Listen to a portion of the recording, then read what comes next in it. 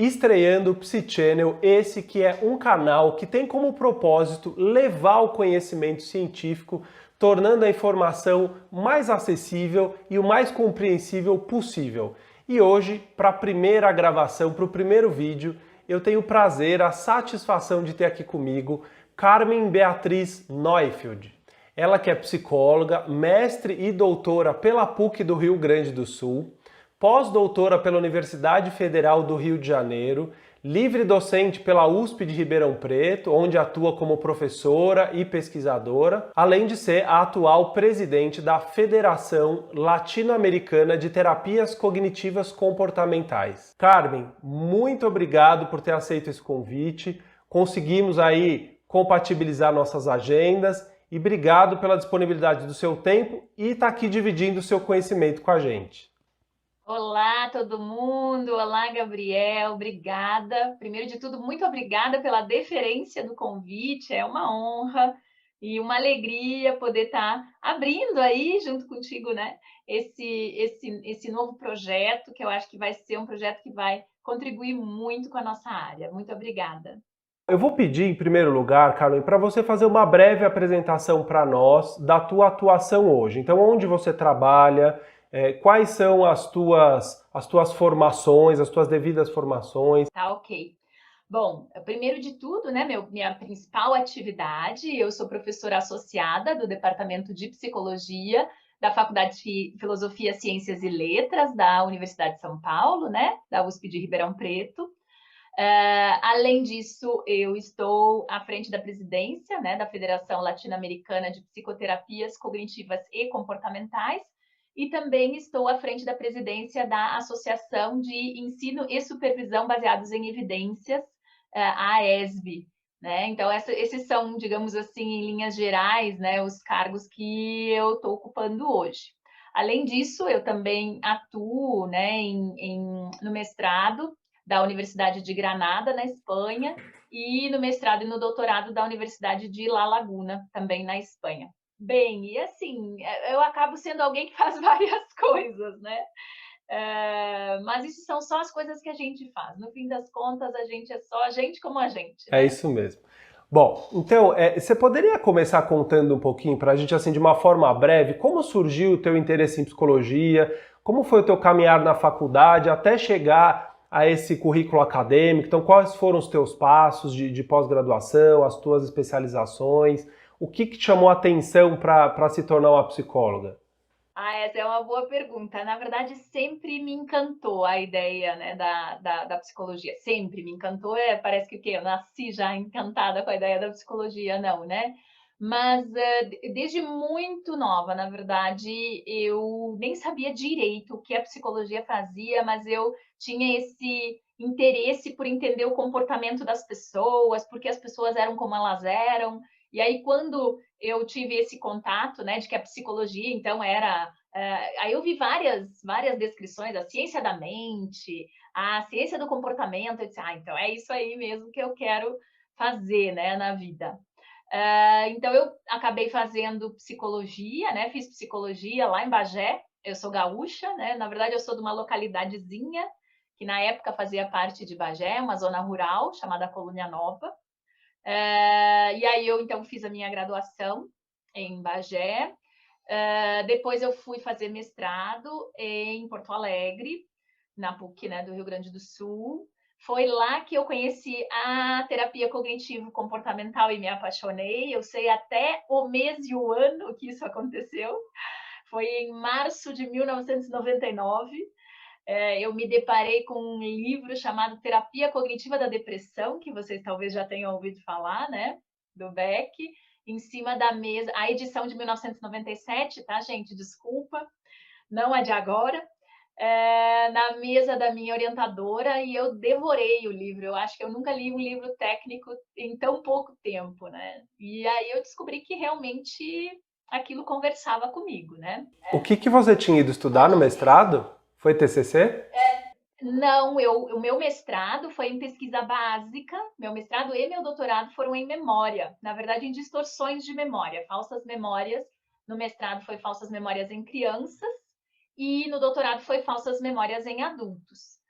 falsas memórias e processos emocionais, né? Como a emoção influencia e se relaciona com os processos de distorção de memória. Esses foram minha dissertação e minha tese, né? Antes de 1999, talvez uma coisa engraçada para comentar é que o meu trabalho eu sempre trabalhei bastante com crianças, né? Então a minha supervisora e o meu trabalho era em psicanálise kleiniana. Então, eu gosto de contar isso porque as pessoas acham que a gente tem que ficar brigando entre as teorias, né? Eu sou totalmente não adepta dessas brigas, acho que a gente tem que superar. Então, aí encantei completamente no mestrado pela TCC e comecei a fazer um processo autodidata, mas também muitos cursos, né? Muitos cursos, workshops e ao longo assim, né, do tempo. Então, tive a oportunidade de fazer vários cursos na área das diferentes linhas dentro das terapias cognitivas e comportamentais. Depois eu fiz o meu pós-doutorado em TCCG, em terapia cognitivo-comportamental em grupos, com o Bernard Ranger, tinha que ser com ele, né, nosso maior especialista na área, e defendi a minha tese de livre docência e o concurso de livre docência em TCC, né, até onde tenha registros, eu acabei sendo a primeira pessoa do Brasil a defender livre docência em TCC. Isso foi agora em 2017, eu acho. Eu agora estou meio perdida nos anos. E assim, na verdade, eu acho que a coisa da psicologia, ela meio corre no sangue, assim. Eu sempre gostei, né? E sou muito feliz. Às vezes, até assim, às vezes eu até acho que eu nem estou trabalhando, que eu estou, na verdade, me divertindo, né? De tanto que eu gosto do que eu faço. Entrando um pouquinho no aspecto teórico da TCC. Então, pensando na terapia cognitiva ou nas terapias cognitivas, né, cognitivo-comportamental, como é que ela surge? Ela surge primeiro com Aaron Beck? Da onde que vem essa origem? Você que estudou um pouquinho dessa abordagem. Então, na verdade, os primeiros teóricos a publicarem coisas relacionadas ao que hoje é o escopo, né, da abordagem, não foi Beck. Apesar de Beck ser o que mais trouxe notoriedade para a área, nós temos, por exemplo, publicações de outros teóricos, por exemplo, de quem? Por exemplo, Meichenbaum, que hoje é considerado um teórico dentro do escopo. Temos também Albert Ellis, que é um teórico super atuante, né, dentro do escopo. Temos o próprio Mahoney, que publicou antes também do que Beck, né, que é um representante super importante da área das terapias cognitivas construtivistas, né? Então, isso só para citar alguns, né?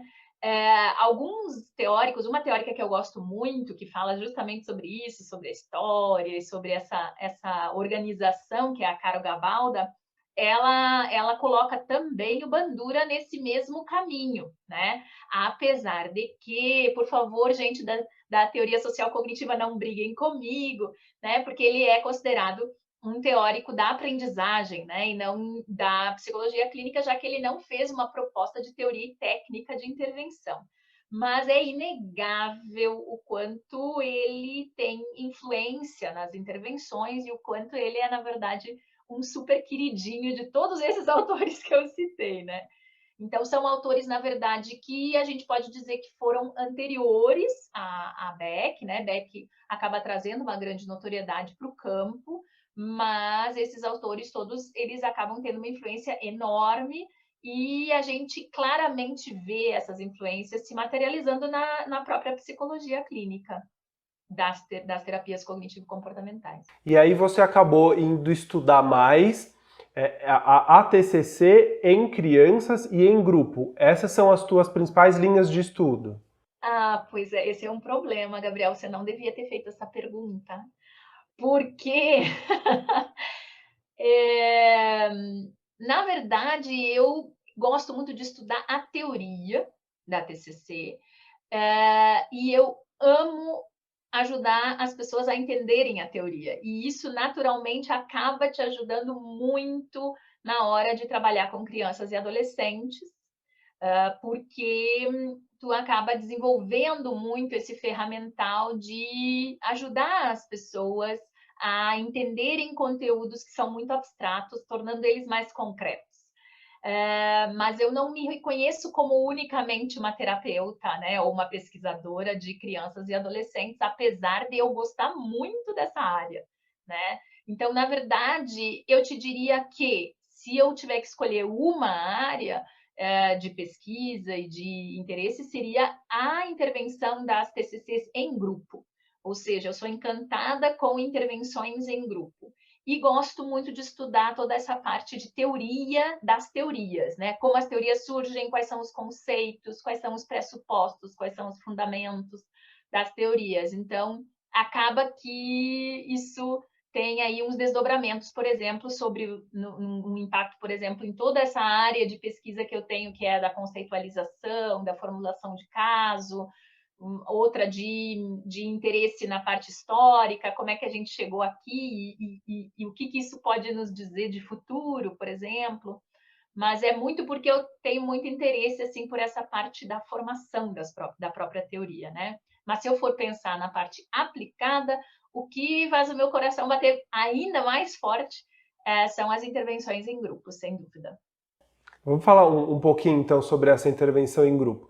Eu vou falar pela minha experiência. Então, eu tive na graduação muito pouco contato com esse tipo de intervenção, né? Então, mesmo dentro de outras abordagens, o tema de terapia, de forma geral, em grupo, ele foi pincelado de uma forma muito superficial e eu acredito que isso deva acontecer ainda em muitas graduações.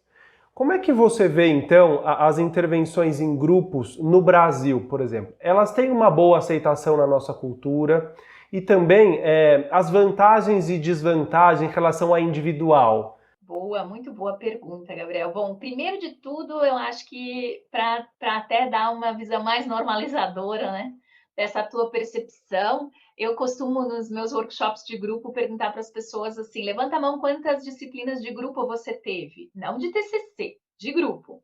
Levanta a mão. Aí, quem teve uma? Quem teve duas? Quem teve três? Eu sou normalmente a única pessoa da sala que teve três. Deve ser esse o motivo pelo qual, né, eu amo grupos. Não, brincadeira. E aí a maioria das pessoas tiveram uma ou nenhuma disciplina. E daí eu pergunto, e quantas disciplinas de intervenção individual tu teve?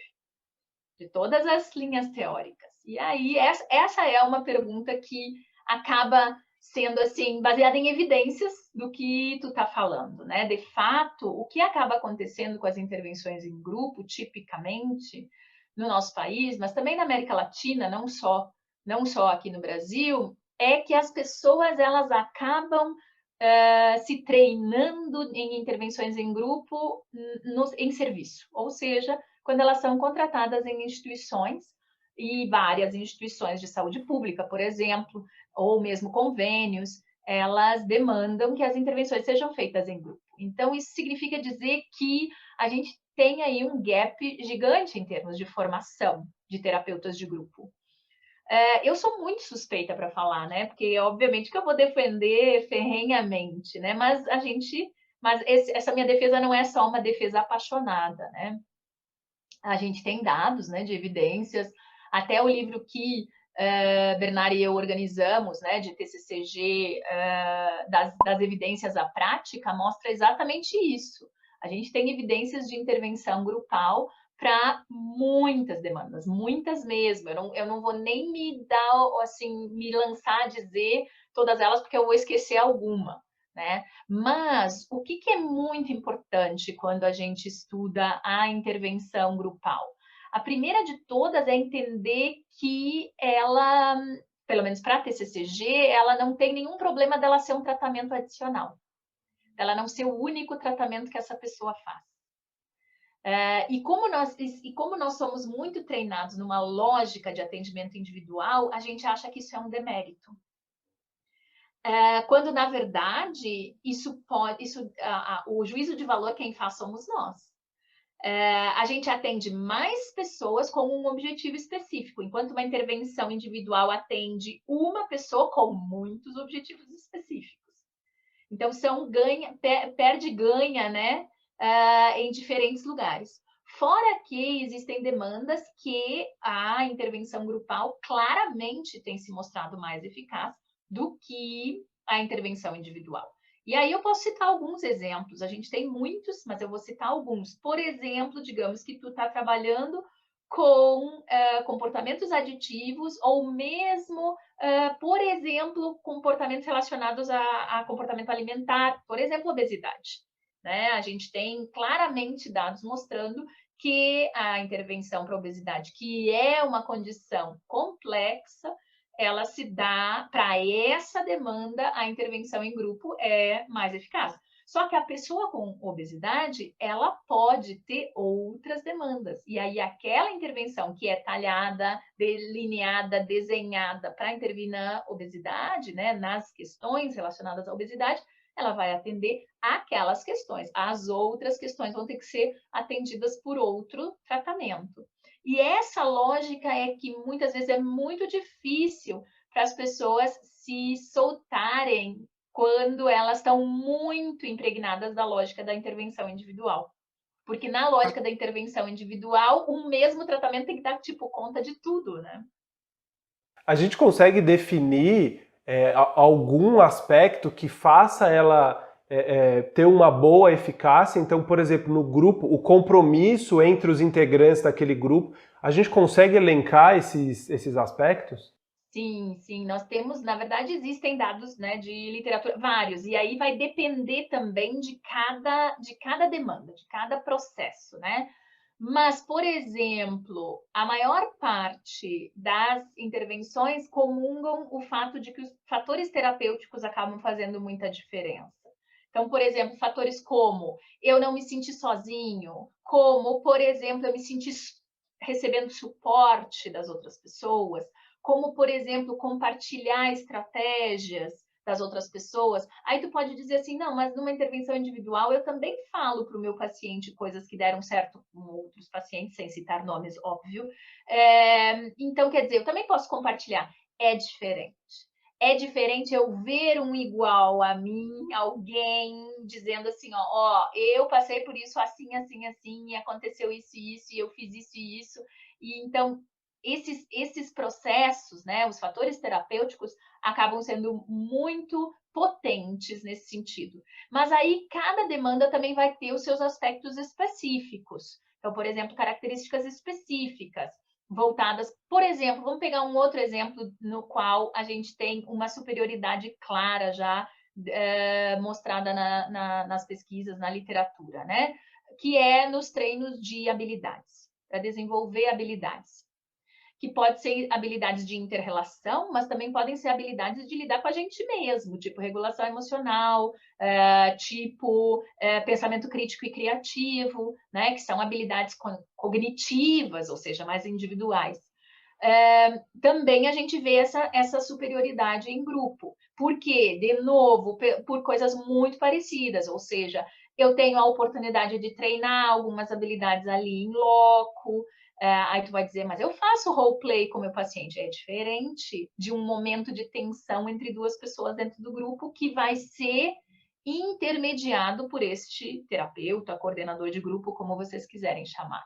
Então, acaba tendo várias coisas que interferem. E aí vai depender, também sempre vai ter as variáveis que são específicas daquele tipo de demanda ou daquele tipo de grupo, porque também existem vários tipos, né, de grupos. Isso é muito importante falar, porque aqui o nosso objetivo não é esgotar esse assunto, de longe, mas é trazer ele à tona para que possa, num futuro, gerar interesse e mais estudo em algum profissional, enfim, alguém que possa se interessar. Então, para cada grupo, para cada população, para cada manejo, a gente vai ter técnicas específicas que a gente deve se atualizar, estudar e acompanhar, né, no aspecto científico, na literatura. Mas ainda falando sobre grupos, no Brasil, né, a questão cultural, Carmen, o brasileiro ele aceita bem fazer a terapia em grupo ou existe um pensamento de exposição dos seus problemas com o grupo? Como é que você percebe isso? Na verdade, a gente até já fez pesquisas, está fazendo, inclusive, pesquisas sobre isso, assim. Na verdade, a primeira restrição, a primeira resistência que precisa ser vencida é a dos terapeutas. Porque muitos terapeutas chegam com crenças e com ideias distorcidas justamente disso, assim, as pessoas não vão falar, vai ficar aquele silêncio chato, aquela situação desagradável. E é muito interessante, porque o movimento que a gente vê é exatamente o contrário. Claro que as pessoas não chegam assim jogando tudo em cima da mesa, mas ninguém chega. Numa intervenção individual também as pessoas elas vão se soltando e vão se abrindo aos poucos. Então é uma construção de uma relação grupal. Claro que uma coisa que a gente não pode negar é que a cultura de grupos muito no nosso país está associado com a assistência, ou seja, com as intervenções oferecidas dentro da saúde pública, dentro da assistência social, dentro dos programas de saúde da família e tal. E aí, uma das coisas, sim, que eu acho que é um preconceito que a gente precisa vencer é o fato que eu chamo de que a TCCG, pelo menos, ou os grupos, acabam sendo a prima pobre da intervenção individual. Ou seja, eu não fui fazer psicologia para ser terapeuta de grupo, eu fui fazer psicologia para ter o meu consultório individual, onde eu espero meus pacientes virem, e eles vêm, e aí a gente tem a nossa relação VIP, né? Então, tem mudanças de cultura que precisam ser feitas. O que eu posso te dizer é que isso é uma construção cultural. Então, existem lugares onde vai ser mais difícil de montar grupos, porque tu vai ter que construir uma cultura de grupo. Tu vai ter que construir uma cultura de que grupo funciona, de que grupo pode ser bacana, de que existe uma construção séria e ética de contrato terapêutico. Mas isso, muitas vezes, talvez, algumas das pessoas que estão nos assistindo, não é a realidade da cidade delas. Então, as distorções delas podem até não ser distorções integralmente. Mas o que é uma coisa que eu queria desafiar as pessoas é quantas vezes você já ofereceu e explicou como um grupo funciona? Quantas vezes você e quanto de divulgação da terapia individual já foi feito? Então, nós temos um trabalho aí para fazer, né, Gabriel, que não dá para negar.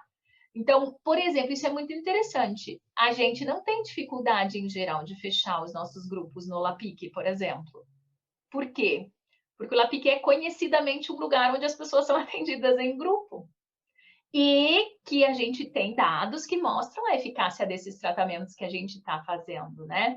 Ou pelo menos a efetividade, porque muitos dos nossos tratamentos são, na verdade, delineados e desenhados para a comunidade, né? Não são, na sua maioria, ensaios clínicos randomizados, né? Então, considerando isso, essa efetividade, quando as pessoas começam a ver essas soluções e o quanto os benefícios do grupo né, o quanto os benefícios do grupo se tornam palpáveis na vida delas, elas tendem a aderir. Mas não dá para negar que tem um trabalho prévio a ser feito. E um trabalho nosso. É um trabalho nosso. Não dá para a gente terceirizar esse trabalho, é nosso. Exatamente.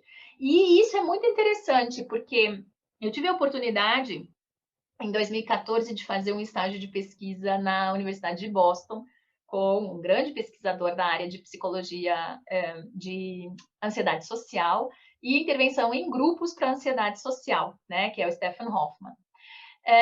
E foi muito interessante, porque eu tive a oportunidade de fazer um levantamento breve na parte de seleção de pacientes. E aí perguntar para vários pacientes, porque tudo que um ansioso social não quer está num grupo, né, gente? Tudo que ele não quer. E as pessoas se inscreviam, e eu vi as pessoas chegando na recepção do serviço de atendimento, dizendo, você escolhe qual, você quer atendimento em grupo ou individual? Tinha opção. E a pessoa marcar xizinho no atendimento de grupo. E aí eu fiquei muito encafifada, porque eu disse assim, meu Deus, eu quero saber mais sobre isso. Eu já trabalho um tempão com ansiosos sociais, né, com pessoas com ansiedade social, e eu queria saber mais. E o argumento que várias das pessoas, eu falei com umas 10, 12 pessoas, e várias delas usaram o mesmo argumento. Qual foi o argumento? É que eu li que esse é o tratamento que funciona para o meu caso. E onde ele leu? Ele leu isso porque o laboratório do Stephen Hoffman há anos divulga evidências de tratamento para a população em geral. Não os papers maravilhosos que eles publicam, que também são maravilhosos, mas a divulgação para a população de que, olha, isso aqui é o que funciona, né? Ou funciona, ou talvez não seja a única coisa que funciona, mas funciona para o teu caso. E as pessoas querem melhorar, né, Gabriel? Então, eu acho que a gente tem um trabalho aí. Eu tenho me dedicado muito a esse trabalho, de mostrar para as pessoas que funciona. Mas eu tenho que desenvolver habilidades, né? Existem competências e habilidades específicas de terapeuta de grupo. Então, isso é um outro ponto que precisa ser pensado, né? Então, tem essa ideia cultural, assim, de que grupos são só para pessoas em instituições ou na saúde pública. E a outra é uma ideia que também muitas vezes se generaliza de que grupo não funciona. De que grupo é só, tipo, tratamento faz de conta, né? Então, tem aí uma mudança de cultura para a população, mas, primeiro de tudo, uma mudança de cultura para a área, né? Para quem trabalha em saúde mental. Esse canal tem esse objetivo também, levar informação, distribuir informação que a gente possa gerar educação, gerar consciência em diferentes temas. Porque se a informação não sai do técnico, não sai do livro, não sai dos congressos e não chega até outros profissionais, alunos e interessados, a gente não consegue fazer essa educação sobre os temas. Isso é muito interessante, porque é exatamente o que eu estava comentando contigo, né? Como é que você se tornou terapeuta de criança? Porque eu gosto muito de criança. Mas como é que isso... Porque, na verdade, isso é uma enorme oportunidade de democratizar conhecimento, né? Trabalhar com materiais para a população, materiais para a criança, por exemplo, porque, em geral, se as crianças compreendem o conceito, a maior parte da população consegue ter acesso àquela informação, né? Então, é uma forma de entrar nas famílias, entrar nas casas das pessoas, né? Você tem uma coleção para público infantil, né? Habilidades para a vida. Exato. Ao todo, hoje, eu tenho publicado junto com os meus coautores, claro, são 29 livrinhos infantis. A coleção de habilidades para a vida é uma delas, são 6 livrinhos, né? Que trabalham as 10 habilidades para a vida, que a Organização Mundial da Saúde propõe como as habilidades imprescindíveis se a gente quer promover saúde, né? Mental e física. E eles são para as crianças, para os pais das crianças ou para os terapeutas, para todo mundo? Essa é uma boa pergunta. Quando surgiram os livrinhos, né, infantis, o primeiro livrinho infantil que eu me envolvi, que eu escrevi junto com uma amiga muito querida, Aline Henriques Reis, é o que se chama O Vovô Não Vai Voltar, né? Um livro para trabalhar luto e perdas. E ele foi um livro encomendado pela editora. Ele foi um livro que o diretor da editora, né, da Sinopsis, o Ricardo, chegou para mim e disse assim: você vai escrever para mim um livro para criança. E eu disse: eu não sei escrever livro para criança. Por que eu escreveria um livro para criança? Eu não sei fazer isso. Não, tu sabe sim, porque eu vi, tu apresentou um caso de uma menina que tinha perdido o pai. Eu disse: ai, apresentei mesmo. Então, tu vai escrever um livro. Eu disse assim: nossa, nem tinha passado pela minha cabeça escrever livro infantil. E foi assim que começou.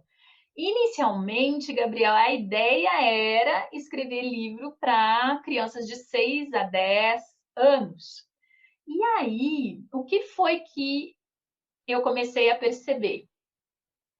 Que é o tipo de livro que tu escreve para crianças de 6 a 10, mas que, na verdade, ele não tem idade. Porque, por exemplo, esses livros eu e várias pessoas, e eu recebo inbox em redes sociais toda hora de gente que usou com idoso, usou com adulto, usou com adolescente, usou para mãe, usou para vizinha, porque é uma outra via de comunicação.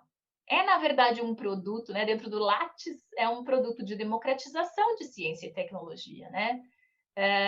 Tanto é que a gente escreve, né, para 6 a 10, porque temos que testar se funciona e tal, mas a gente sabe que os livrinhos são usados, por exemplo, com crianças menores, só que daí com mais intermediação dos adultos. A gente sabe que os livrinhos são usados como uma leitura de sala de espera com adultos, ou seja, para adultos, ou seja, as pessoas leem e depois discutem, não numa forma lúdica como tu faz com uma criança, né? Mas elas acabam tendo essa possibilidade, porque é uma via de comunicação. Então, eu costumo dizer que são livros infantis, mas não são livros para criança. Eles não têm muito faixa etária, entendeu? E a gente tem muitos livros assim, na própria literatura, né? Livros escritos para criança, mas que os adultos acabam lendo e tirando muitas coisas importantes. Bom, Pequeno Príncipe é um grande exemplo disso. Excelente exemplo, excelente, né? Na verdade, assim, eu acho que a gente precisa explorar, no bom sentido, esses recursos, porque, de fato, as pessoas precisam ter acesso ao conhecimento, né? E o conhecimento, ele acaba oportunizando um desenvolvimento mais saudável em diferentes faixas etárias, né? Mesmo que a escrita tenha pensado naquela faixa etária em termos de nível cognitivo, a via de acesso da historinha infantil, ela é uma via de acesso que ajuda muito, né, na compreensão de conceitos e até na reflexão de como é que isso se move na gente, né? E Tem, definitivamente pode ser usado, desculpa, te interrompi, né? Definitivamente pode ser usado com pais, com professores, e é muito interessante. Muitas vezes, inclusive, eu já recebi relatos de que o livrinho foi para a casa da criança porque o terapeuta queria que o pai e a mãe conhecessem aquele conteúdo, porque ele já tinha trabalhado aquele conteúdo com a criança na sessão. Mas, como é um jeito dessa informação, dessa psicoeducação chegar numa outra via, inclusive a partir de uma interação família-criança, acaba sendo uma oportunidade mesmo, né? você tem um outro livro de TCC em grupo para crianças. Como você vê a complexidade de colocar diversas crianças numa sala e fazer esse trabalho? Eu acho maravilhoso. É fantástico. E é muito engraçado, porque os terapeutas em formação, né, que acabam se envolvendo em atendimento de grupo de crianças e adolescentes, eles, eles vivem, assim, eles chegam em geral, assim, desafiados, querendo fazer aquilo, mas mortos de ansiedade, mortos de medo, né, do que vai acontecer. Mas é um movimento, o movimento de grupo é um movimento encantador. Eu sou muito suspeita, né? E se tu pensar, nós vivemos em grupo, né? Nós não vivemos sozinhos, nós vivemos em grupo. As crianças também. O grande desafio, eu acho, é o fato de a gente ter um modelo de como lidar com as crianças em grupo muito escolar bancário, sabe? Muito aquela ideia de que vai ficar todo mundo sentado, literalmente amarrado quase numa situação assim contido.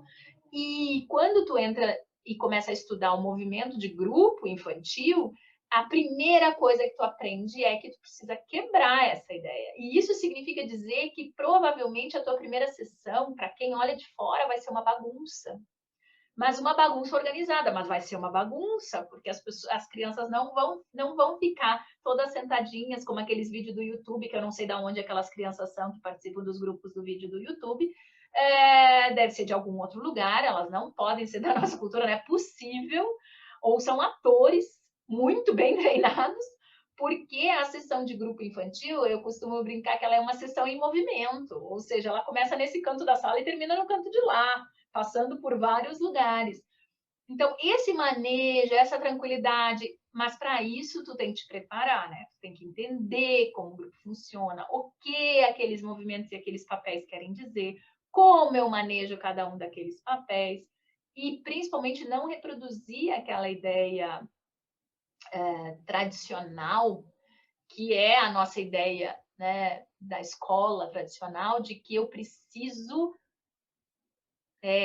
formatar, que eu preciso conter. A palavra é conter. Não, é o contrário. Nós podemos trabalhar, nós podemos construir juntos as regras e a gente vai, um vai gerenciando o outro, desde que as crianças sejam envolvidas, tu vai desenvolvendo autonomia.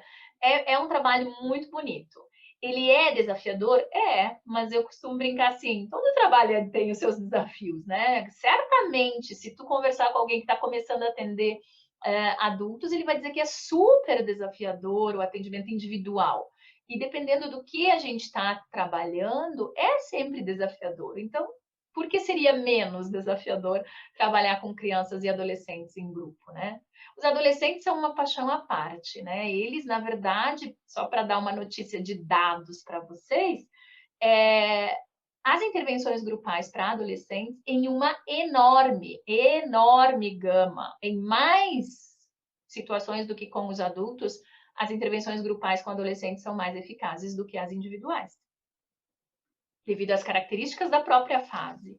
Então, eu costumo dizer, inclusive, que eu me tornei alguém que gosta de estudar adolescentes devido ao fato de eu adorar trabalhar com grupos.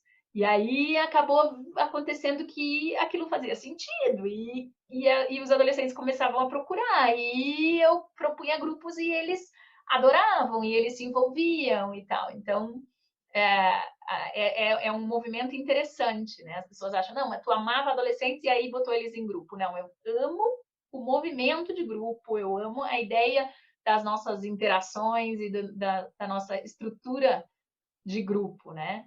E a partir disso é que os adolescentes acabaram sendo uma população assim privilegiada, né? Em termos, eu privilegiada de poder trabalhar com eles, né? Em termos de grupos. Quanto tempo dura uma sessão em grupo?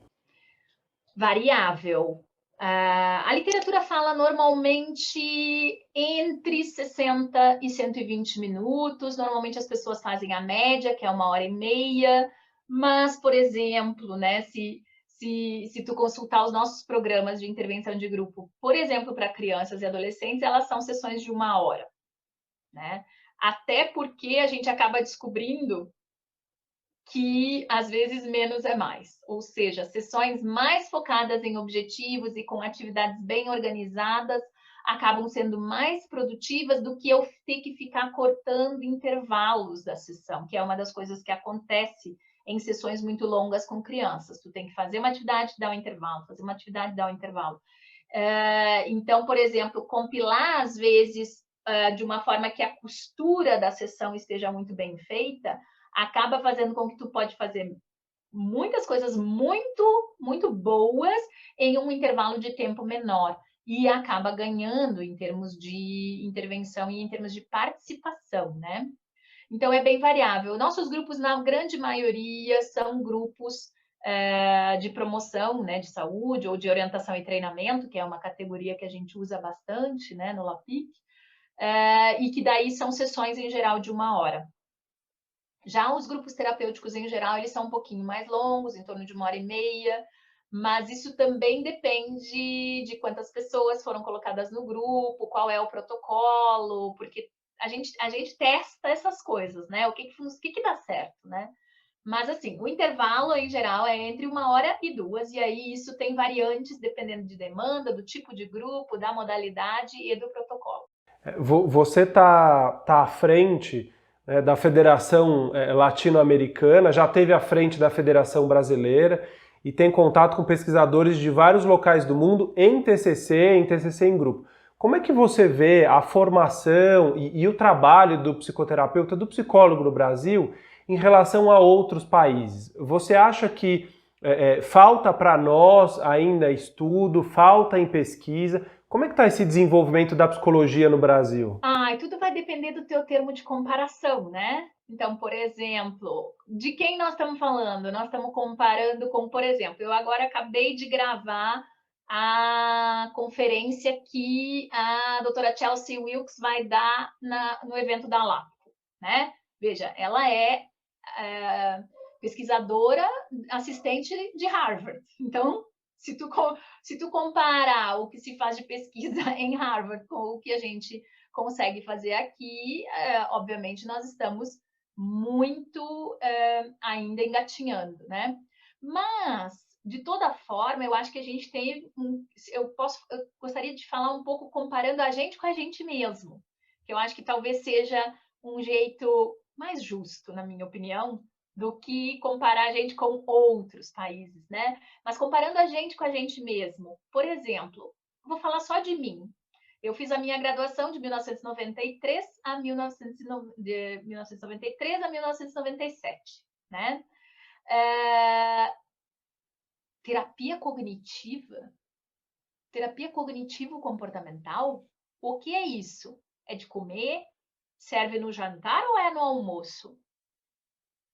Aí tu vai dizer, sim, mas isso faz mais de 20 anos, né? Mas isso, em termos de movimento científico, 20 anos não é tanto tempo assim, né?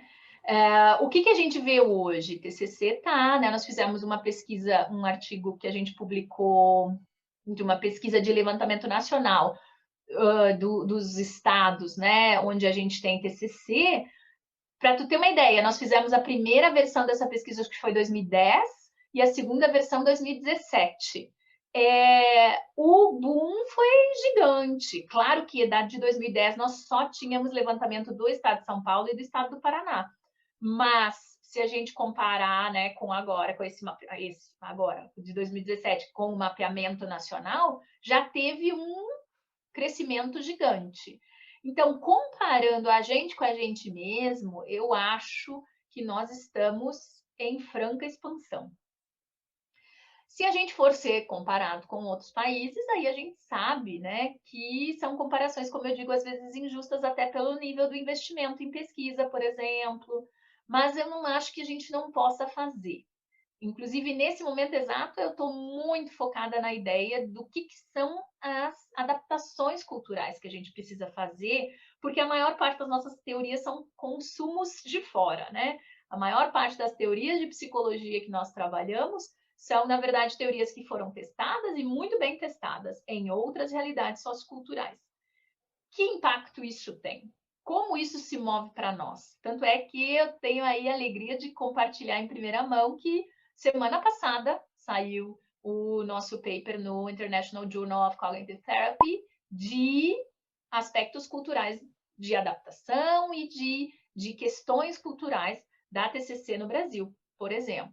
Então, eu acho que se a gente for se comparar com fora, a gente tem muito trabalho, a gente tem uma agenda de pesquisa ainda para fazer, com certeza, mas isso também vai depender com quem a gente se compara, porque também o que eu vejo, né, à frente aí da Federação Latino-Americana e tendo contato com pesquisadores de vários lugares do mundo, nós também temos um desenvolvimento que a gente já construiu e que outros países às vezes estão começando, né? Sem citar nomes, mas mesmo na América Latina, a gente tem países onde estamos num cenário tipo aquele de 1993 a 97, no qual as pessoas só têm acesso à terapia cognitivo-comportamental depois da graduação e se forem fazer algum curso, às vezes fora, ou então em cursos muito específicos, por exemplo. Eu acho que a gente tem que pensar no que a gente tem, né, na nossa agenda. Nós temos uma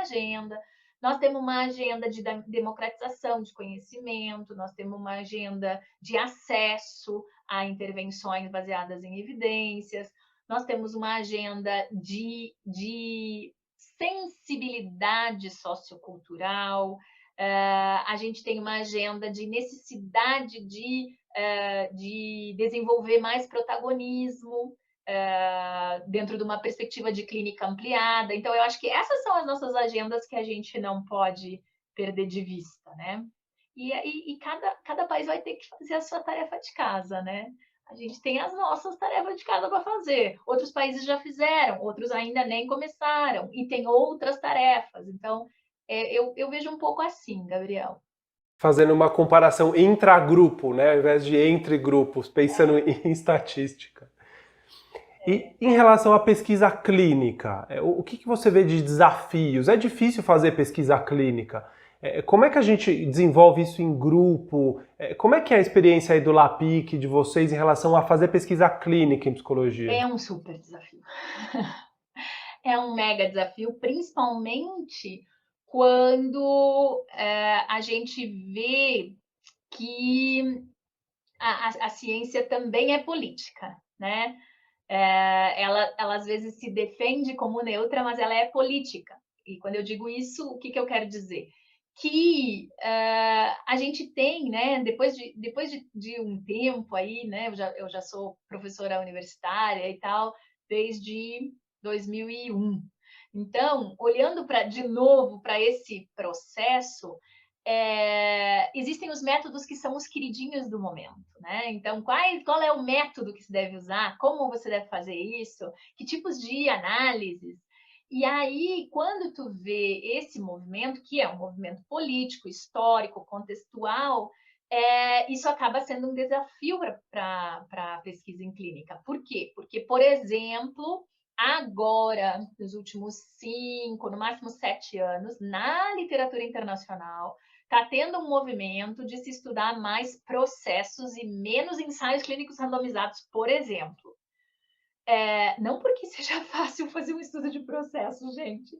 O estudo de processo é uma trabalheira enorme, assim como é um ensaio clínico randomizado, uma trabalheira enorme. Quer dizer, todos eles são desafiantes, né? Mesmo um estudo de caso ou uma sequência de casos, né? Casos múltiplos, método bem feito, gente, sempre dá trabalho. Então, é desafiador isso. E existe muito esse ranço, assim, de briguinha entre pesquisa básica e pesquisa aplicada. Eu sou um ser híbrido, né? Como eu contei para vocês, eu fiz meu mestrado, meu doutorado em psicologia experimental, né? Trabalhei com estudos experimentais com seres humanos, mas eram estudos experimentais, com grupo controle, com todos os controles para um experimental clássico, dentro de processos básicos de memória. E hoje estou aqui loucamente fazendo estudos de metodologias mistas, por exemplo, estudos quanti-quali, e também estudos quantitativos, né? Então, quer dizer, é um desafio enorme, né? E tem muita variável que tu não vai controlar, por exemplo, dentro de uma pesquisa de intervenção, né? Mas isso é interessante porque isso não deixa o método menos rigoroso, isso não deixa o método menos confiável, desde que tu descreva tudo isso muito claramente, desde que tu mostre isso. As pessoas, né, dentro de uma linguagem de método experimental, desde que você descreva os vieses, mas vários deles talvez não sejam vieses, talvez sejam justamente características que é o que tu está querendo mostrar, que é o que tu está querendo estudar. Então, isso te convida para uma visão mais ampla, sabe, Gabriel? Eu acho que é isso, assim, pensar um pouco fora da caixa, né? Eu tento convidar as pessoas um pouco a pensar fora da caixa, não para abrir mão do rigor e qualquer coisa dá e qualquer coisa se pode fazer, mas para entender que todos os métodos têm a sua medida de rigor e desde que tu esteja atendendo à medida de rigor daquele método, nós estamos fazendo pesquisa de boa qualidade, né? O problema é que muitas vezes as pessoas elas elegem qual é o rigor que vale e todos os outros rigores são de menor qualidade, né? Então esse é um ponto importante, né? Acho que a gente tem que superar isso um pouco, mas é bem desafiador. Nós temos, por exemplo, no LAPIC estudos de grupo, a gente tem alguns deles já publicados, eles demoram mais para ser publicados, isso é um fato, eu posso te dizer isso de experiência própria, pelo menos na minha experiência teve diferença sim, porque o tempo, por exemplo, da minha coleta, mesmo com pré e pós-teste, porque eu fazia também uma intervenção em memória, no caso, né? Mas era uma intervenção de pesquisa básica, né? Não era uma intervenção clínica, digamos assim. Mesmo nesse cenário, eu tinha, por exemplo, um período de coleta de dados o quê? De um, sei lá, 30 dias, por exemplo. E aí, muito investimento para o planejamento disso, muito investimento para análise desses dados. Agora que a gente faz, né, agora desde 2005, sei lá, que a gente faz pesquisas de intervenção clínica, né, ou de intervenção na comunidade ou na escola, só a intervenção dura 4 meses, 3 meses, né? Então, há aí um desafio que não pode ser negado, né? Mas, por exemplo, um estudo de pesquisa básica que tem algum tipo de acompanhamento, né? Com follow-ups, também vai demorar. Então, por exemplo, pode às vezes demorar anos, né? Então, por isso que eu estou dizendo que a gente talvez deva fugir um pouco dessas ideias assim pré-concebidas que a gente tem de que necessariamente vai ser assim ou vai ser assado. E até porque as intervenções também estão mudando, né? Então, por exemplo, a gente pode fazer uma intervenção psicoeducativa que seja de uma sessão, de 2 sessões. Quer dizer, tudo é muito variável dependendo de qual é o objetivo, qual é a tua pergunta de pesquisa, né? Qual é o teu objetivo, o que que tu tá querendo testar e o que que tu tá querendo trazer de benefícios para essa comunidade na qual tu tá trabalhando, né? Isso é muito nobre, né? Pensar sempre qual que é o objetivo final da pesquisa, né? Na comunidade, nas pessoas, como a gente vai poder ajudar gastando esse tempo, né? Formulando esses projetos de pesquisa. Ô Carmen, para a gente ir finalizando, até por conta do horário, eu queria perguntar mais uma coisa para você. Agora com esse movimento moderno que nós estamos, né, das teleconsultas, ela já existia, mas ela ficou muito mais acessível agora, né, por parte dos terapeutas e mais acessível também por parte dos pacientes. É possível fazer psicoterapia em grupo online? Sim! Sim! A gente está fazendo, né? Nós estamos fazendo no LAPIC. É muito engraçado isso. Eu acho muito legal a gente se desafiar para coisas novas, né? Se tu me perguntasse essa mesma pergunta em outubro de 2019, eu provavelmente te diria sim, em alguns casos temos algumas evidências, só que chegou a pandemia e sambou na nossa cara, né? E continua sambando na nossa cara, né? Para testar todas as nossas crenças, todas as coisas que a gente tinha como pressupostos, né? E, obviamente, com o irromper aí da pandemia, né? E a nossa, nosso confinamento, né? Dentro das nossas casas, em março do ano passado, o LAPIC não podia parar, né? Então, mais e mais fomos para a literatura e adaptamos. O primeiro semestre, inclusive, os primeiros 3 meses, foi basicamente da gente testando e adaptando e estudando como adaptar intervenções em grupo para essa versão online. Até já queria deixar um convite aí para o evento da LAPCO, que é um evento online, totalmente gratuito, que vai acontecer agora 26 e 27 de fevereiro, onde a gente vai falar sobre as intervenções mediadas por tecnologia. E a teleconsulta é a ponta da ponta da ponta do iceberg do que a gente pode fazer. Então, assim, inicialmente nós nos adaptamos para fazer intervenções online em grupos e também individuais, porque o LAPIC também faz intervenções individuais, mas no segundo semestre nós já começamos com um projeto novo de intervenções assíncronas, ou seja, de começar a trabalhar com preparação de intervenções, inicialmente psicoeducativas, mas a gente pode fazer intervenções assíncronas, como diz o Ricardo Munhoz, intervenções que não se consomem, ou seja, elas não acabam. Uma sessão de terapia individual, ela acaba no momento em que ela acaba.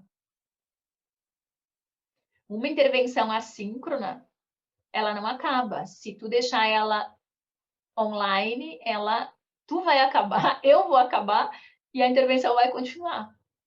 Então, se a gente começa a olhar a intervenção em saúde mental como um bem e um direito universal dos seres humanos, a gente começa a pensar que existem outras coisas que a gente pode fazer.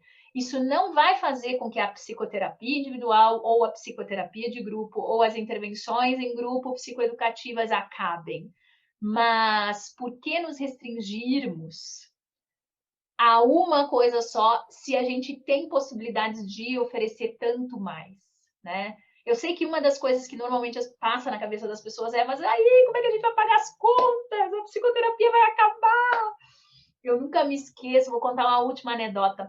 Eu nunca me esqueço, num dos primeiros congressos onde eu fui falar de TCC, num congresso geral de psicologia, no final uma pessoa me procurou depois da minha fala, né, e disse assim: vocês da TCC são o fim da psicologia clínica, porque vocês pregam que o paciente vai se tornar seu próprio terapeuta. E aquilo me fez pensar muito, assim, né, porque na verdade aquela fala estava falando muito do medo mesmo dessa pessoa de não ter quem atender. E, infelizmente, né, o que a gente está vendo em termos de números, em termos do desenvolvimento, é que a necessidade por intervenções de saúde mental, de vários níveis, é infinitamente maior do que a nossa possibilidade de gerar terapeutas bem formados para essas intervenções, eu devo dizer. Então, isso significa dizer que esse é um medo que talvez a gente não precise ter, de que a gente não vai ter pessoas para receber as nossas intervenções. Na verdade, eu acho que é muito mais temerário a gente ter mais e mais e mais e mais gente precisando de intervenções de diferentes níveis e não tendo acesso a essas intervenções e o que isso vai ter de impacto para a gente como grupo, né? Como um grande grupo, como uma grande aldeia global. E quando a gente pensa em tirar o tempo, a internet é uma ótima ferramenta para isso. É porque ela consegue deixar ali para tantas pessoas, ou talvez até tantas décadas, aquela informação atuando, né? Então, muito interessante essa ideia. E quanta coisa nova vai surgir desse movimento. Com certeza. Estamos aqui para se desafiar, né? Para pensar fora da caixa. Carmen, você tem projetos pessoais, né? Você tem movimentos no Instagram, no YouTube também, que levam as pessoas para algumas reflexões. Você quer falar um pouquinho deles? Posso falar. Na verdade, eu te diria assim que todos esses projetos são projetos pessoais para mim.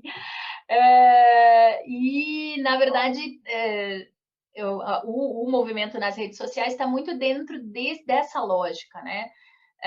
No ano passado também, junto com a coisa, eu já estava super engajada, sempre fui super engajada nesse movimento da democratização de ciência e tecnologia, e daí com a pandemia e com a quantidade de gente pedindo ajuda,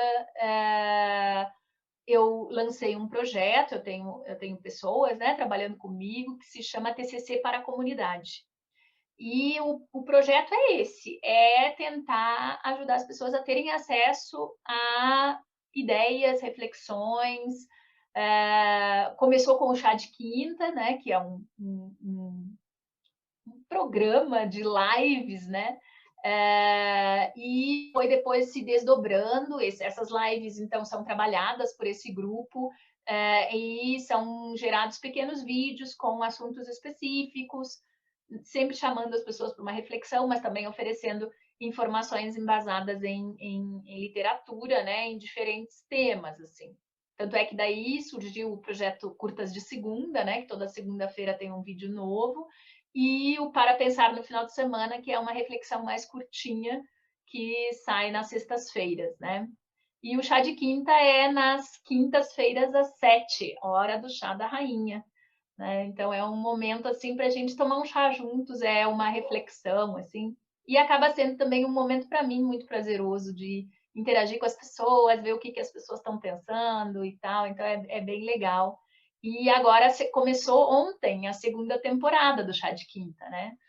Então tá bem interessante, porque a primeira temporada foi uma temporada assim, como eu digo, de chás florais, né? Uma temporada de muitos assuntos mais ursinhos carinhosos.